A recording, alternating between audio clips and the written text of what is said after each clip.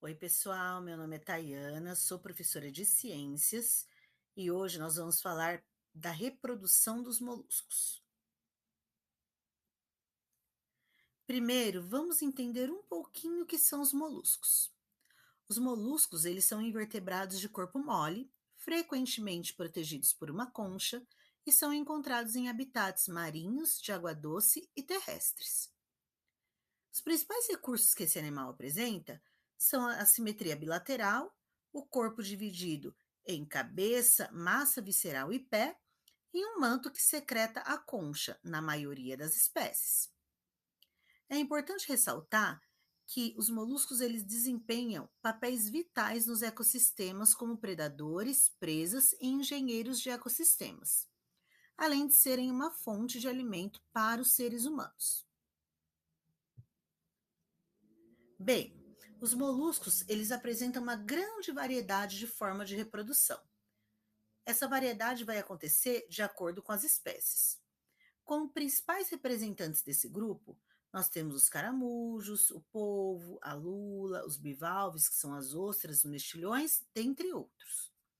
De modo geral, o processo reprodutivo pode ser sexuado, com fecundação interna ou externa. Em alguns casos, há espécies hermafroditas, aonde existe os órgãos sexuais masculinos e femininos no mesmo indivíduo. Nós vamos começar falando um pouquinho do processo reprodutivo dos bivalves. Então, os bivalves, como já foi dito, né, no caso dos exemplares principais, nós temos as ostras e os mexilhões, eles são moluscos aquáticos. E a fecundação costuma ser externa. Os indivíduos, eles liberam gametas, que são os óvulos e os espermatozoides, na água, onde vai ocorrer a fecundação. Após isso, forma-se uma larva livre natante, chamada trocófora, que posteriormente se desenvolve até a fase adulta. Nós temos aqui um esqueminha do processo reprodutivo, então, das ostras. Então, nós temos a ostra adulta, macho ou fêmea. Uma vai liberar o óvulo, a outra o espermatozoide. E dentro da água vai acontecer a fecundação. Depois dessa fecundação, vai acontecer o desenvolvimento de uma larva, e essa larva ela vai ficar assentada em alguma superfície até ela chegar também na sua fase jovem e, posteriormente, na sua fase adulta. Além dos mexilhões e das ostras, nós temos outros representantes. No caso dos caracóis e das lesmas, nós temos os gastrópodes. Nesse caso, há tanto espécies de sexos separados quanto hermafroditas, que são aquelas que possuem órgãos reprodutores masculinos e femininos no mesmo indivíduo. Mesmo assim, geralmente ocorre troca de gametas entre os dois indivíduos, onde os dois acabam ficando grávidos. A fecundação pode ser interna e os ovos são depositados em ambientes úmidos ou na água. Nós temos aqui, então, um esqueminha da reprodução dos caracóis. Como já foi dito, eles podem ter, em algumas espécies, nós temos os sexos separados, em outras espécies, nós temos o hermafroditismo, que são os dois tipos de órgão em um mesmo indivíduo. Mas mesmo nesses casos, ocorre o que nós chamamos de fecundação cruzada. Então, nós temos aqui no número 1 a aproximação dos adultos, no 2 o acasalamento e depois a separação.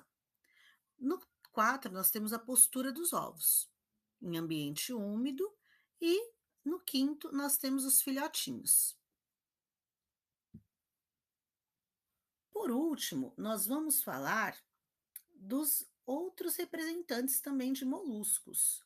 Nós já falamos então dos bivalves, dos gastrópodes e agora nós vamos falar dos cefalópodes, que são representados principalmente pelos polvos e pelas lulas. No caso dessas espécies, a fecundação ela é interna.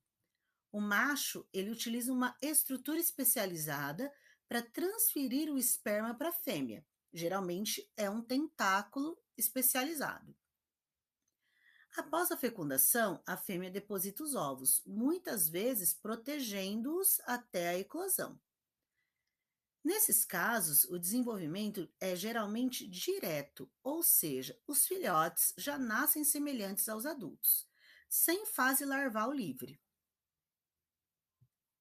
Nós temos nesse último esquema, então, o processo reprodutivo do polvo, né? Então, nós temos a cópula dos adultos, aí vocês conseguem visualizar, como eu falei, um tentáculo especializado para colocar o esperma dentro da fêmea. Posteriormente, ela deposita os ovos e dos ovos vai eclodir o polvo jovem. E assim ele vai se desenvolver até a fase adulta.